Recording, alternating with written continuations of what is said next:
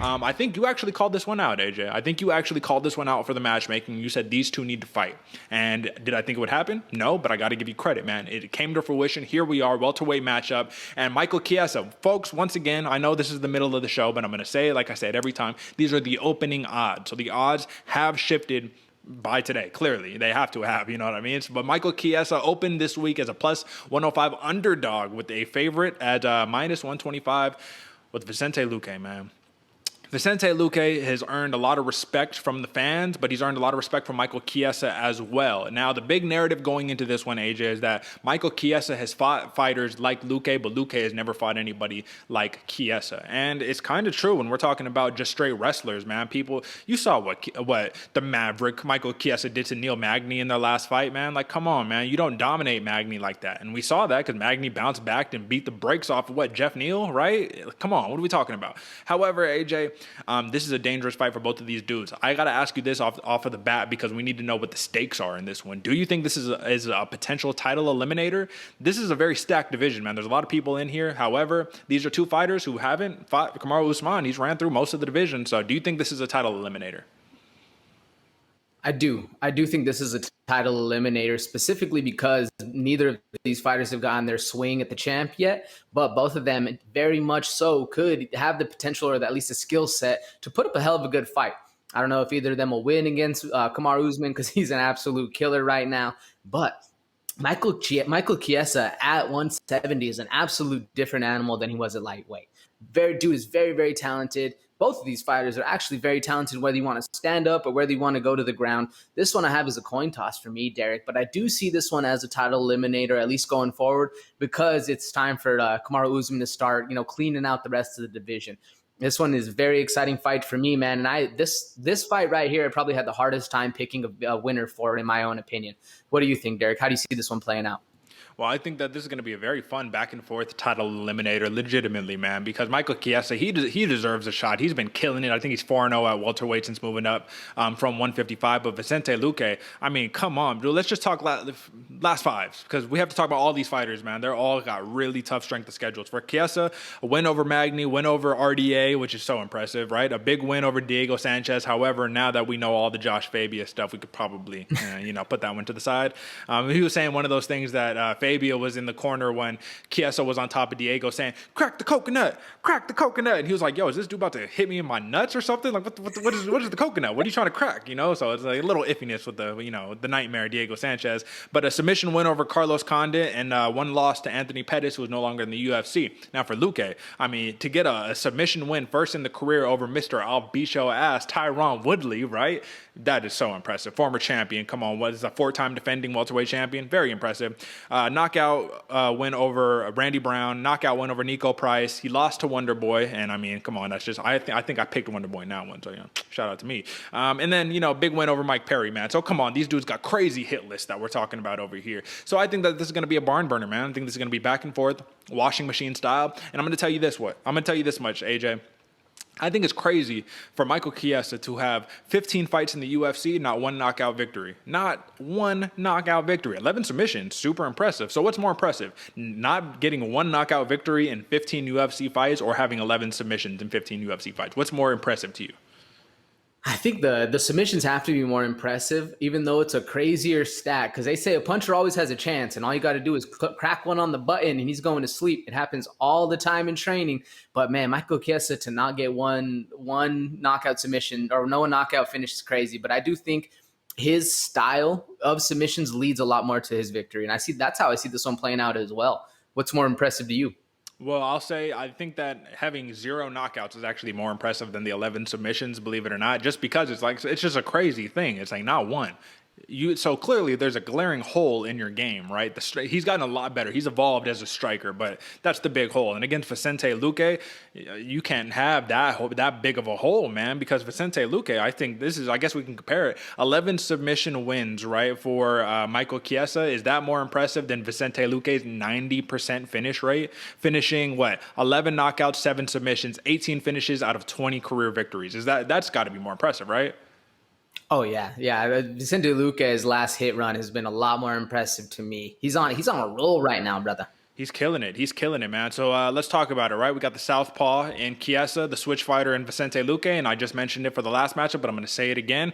Every single round is starting out on the feet, and Michael Chiesa is going to have to find a way to get Vicente Luque on the ground. Now, when we're talking about ground skills, right? I mean, Luque is actually more of an accomplished, credentialed jiu-jitsu practitioner than Chiesa is. However, rolling out there out of sick jitsu for Chiesa, man, I wouldn't want the fight to even take place there, but Luque is already admitted he's probably going to find himself with his back on the mat a couple times in the fight. Now, we know Chiesa can get anybody on the ground. We know that. What are the odds of him keeping Luque on there, smothering him the same way he did to Neil Magny in this matchup? Give me like a percentage-wise, what do you think that percentage is?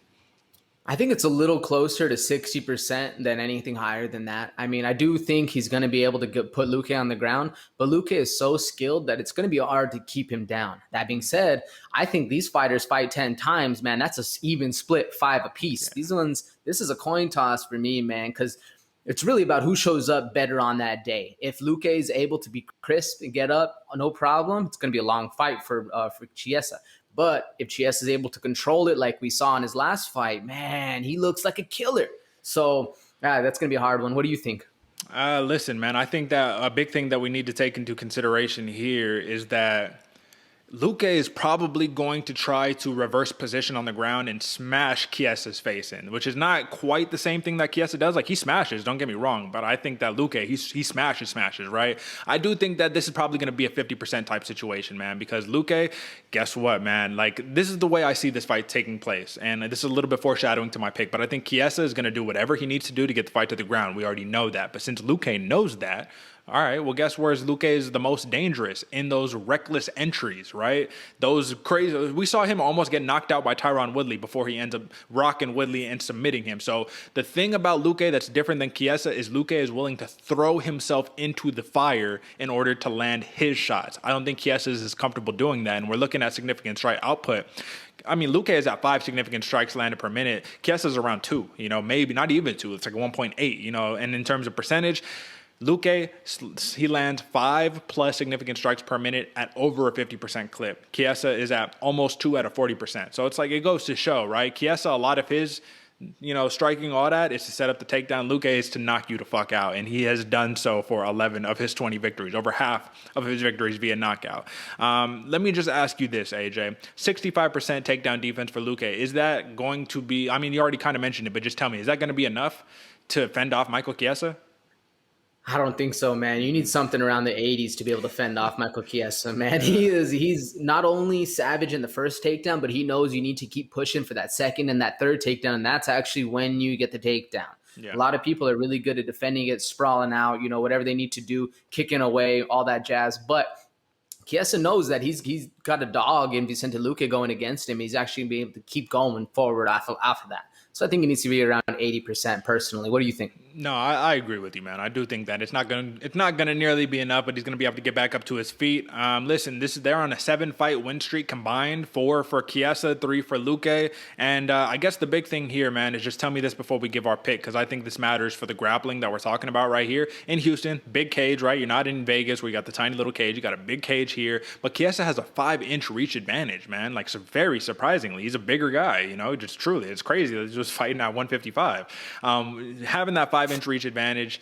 I mean, listen, do you think that the big cage is going to factor into this one? You think that Luque is just going to have a lot more room to move around? Because Luque, generally, he likes to walk forward, not laterally and around. He wants to come at you, and that might not be the best approach against Chiesa. What do you think?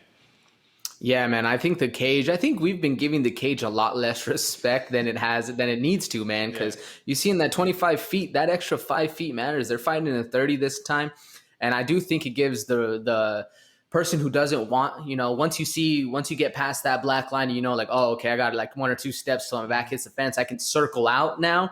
Now this one, I got a good 3 or 4 steps before my back hits that cage and I can circle out. I think we're not giving the cage enough respect, and I definitely think it's going to matter a lot more going forward, especially when Luque, like you said, he likes to press forward and attack. You got Michael Chiesa coming at him, and he throws something in the mix where he's crazy in that entry combination going wild like Luque likes to do. I think that's where we're going to see the chaos, and I think that's where the fun of this fight's going to be. What do you think? Did you think the cage actually matters, Derek? I think the cage absolutely matters, and this is going to be something that I'm going to be hinting at towards our main event, similar to Miocic and Ngannou. Why did they have a different outcome in the big cage versus the small cage? I don't know. I don't have an answer, but it's something to think about, something to ponder. But I'm going to give my pick really quickly, AJ. I'm just going to go ahead and do it. I got Vicente Luque, the silent assassin. I got him edging out Michael Chiesa, but I see a finish incoming. I just think that in my brain, I say Michael Chiesa, he can just wrestle you down and he can nullify all of that offense. But like I said, you got to grab onto him to be able to do it. And every time you put yourself in a position to grab Luque, you're putting yourself in a position to get knocked out by Luque. And I think that's where Luque is at his best, man. Being reckless, being wild, and just hitting you with some crazy shit. And that's my vision of this fight. And I think that we're gonna see a TKO round 3. Believe it or not, I think it's gonna get drug out to the dirty, deep down muddy waters. And I think Luque walks out victorious. Much love from my man Michael Chiesa. This dude is a grinder. I love the wrestlers. I love the grinders. The Dan Gable style fighters. You see, I got Dan Gable poster in the back. I love it. But I think Luque edges him out in this one. AJ, who is your pick and why? Yeah, man, this one, another hard one for me to choose, Derek, because I genuinely think, like I said before, if these guys fight 10 times, 5 of them are going Luque, 5 of them are going Chiesa. This one is very, very even. They're both very well talented, but I got Luque just edging him out by a decision. I definitely think it's going to be a crazy up and down washing machine style fight. And honestly, I just had a hard time choosing who was going to win and why. So I went Luque by decision because I think that's kind of the craziest situation of all of them, because I could either see Luque getting that KO win or Chiesa getting that, submission victory some sort of way and maybe even top dominance. I don't know, but I'm going Luque by decision just because it was a crazy decision for me to pick. So that's all it is.